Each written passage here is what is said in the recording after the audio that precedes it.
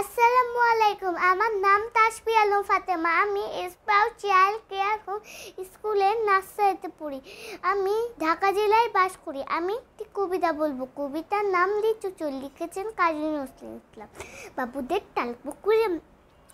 ডাল কুকুরে শিকিবাস করলে তারা, বলি থাম একটু দাঁড়া, পুকুরের ওই কাছে না লিচুর এক গাছ আছে না, ওঠানা আসতে গিয়ে ইয়া বড় কাস্তে নিয়ে গাছে গিয়ে যেই চড়েছি, ছোট এক ডাল ধরেছি, ও বাবা মরাত করে পড়েছি সারা জোরে, পড়বি পর মালির ঘরে, সে ছিল গাছের আরে, বেটা ভাই বড় নচ্ছায়, ধুমা ধুম গোটা দুচ্ছায়, দিল খুব কিলো ঘুষি, একদম জোরসে ঠুসি, আমিও বাঘের থাপড়, হাওয়া জাগিয়ে কাপড়, লাফিয়ে ডুমলো দেয়াল, দেখি এক ভিতরে শেয়াল, এই দেখ শিয়াল ছোটা, বেলুটা নাড়িয়ে হোটা, দেখে যেই আঁকড়ে ওঠা, কুকুরও জ্বললে ছোটা, আমি কই কম্বো খাবার, কুকুরে করবে সাবার, বাবা গো মা গো বলে পাঁচিলায় ফকল গলে, ঢুকি গো বসুদের ঘরে, যেন প্রাণ আসলো ধরে,